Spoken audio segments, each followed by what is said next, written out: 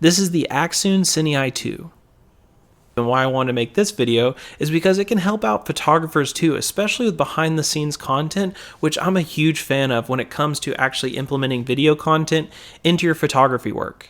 And it's for this fact why the CineEye 2 is not just for videographers, but it's for photographers as well. Because in a world where video is like slowly overcoming basically all of social media, it's really good for photographers in my mind to throw in some video content to kind of spice up their work. So for me, this is a really easy way to go on a photo shoot, but also get a little bit of video footage that I can use for my behind the scenes stuff.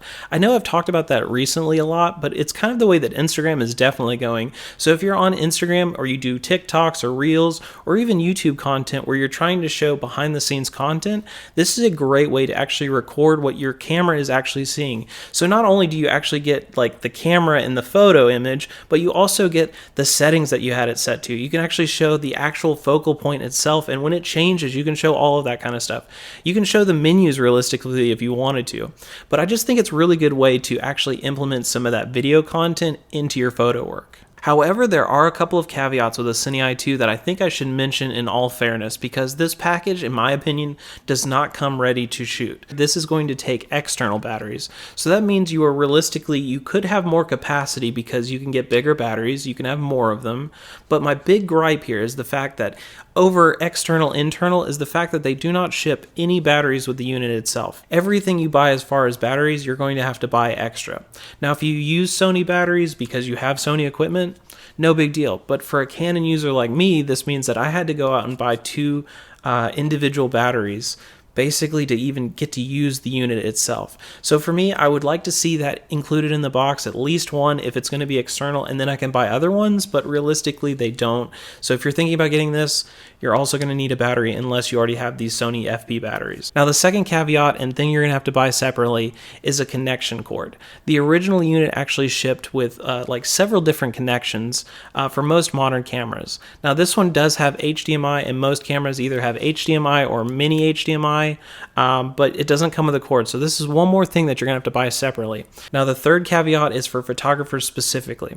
When you use an HDMI cord with most cameras now, at least when it comes to the photography mode, once you connect that HDMI into the side of the camera, basically you're going to lose your LCD. This is because basically the camera is going to use that external monitor, or in this case the CineEye 2, as the external monitor. So it's going to turn off the LCD and then say that you have another monitor. So for me, that was the biggest part, is the fact that you need to use a separate monitor. You can't just like put your phone in your pocket and then use the LCD. So one thing that I did was I actually got this small rig cage in order to actually connect the CineEye 2 to the side, and I connect my phone to the top. I'm not one to use my hot shoe for this kind of stuff because I just hate cranking down on it, and with such a heavy phone and having like a heavy setup, I thought it was a really good idea to get just a small rig cage. Realistically, this is just a metal bracket with a bunch of 1/4-20 holes on all the sides and the top and the bottom, and it just connects to the 1/4-20 on the bottom of the camera. I just didn't like that. I think that there could be a better way to do that, and if you wanted to DIY something, I think you totally could, but for me, I just think that this might be one more thing that is, in my opinion, necessary because of the fact that you can't use the LCD along with the HDMI cord connected.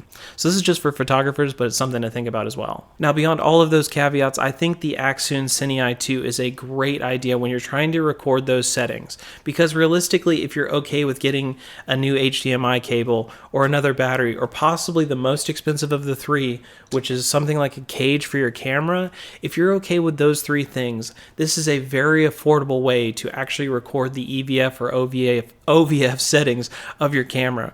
Realistically, the next closest thing is the Blackmagic recorder, which is expensive, or the more expensive option, which is basically the Ninja Atomos series. Those are awesome. I think they're great. They basically take both of these items and put them together, but the idea is that it costs way more. So if you're looking for something that's budget friendly comparatively, I think this is a really great option. But now's the time, if you haven't already, hopefully you'll go down to the comments below and let me know what you think about the Accsoon CineEye 2. Is it something that would actually help your photography work? Is it something that you might want to bridge both photography and videography? I would love to know all of your thoughts on all of that kind of stuff. And while you're down there, hopefully you'll check out my links for Instagram, TikTok, and Twitter, and let me know all of your thoughts there as well. And beyond all of that, I'm going to hit you with my typical peace out, and I will see you guys in the next one. Thank you guys so much for checking this one out. I'll see you guys later.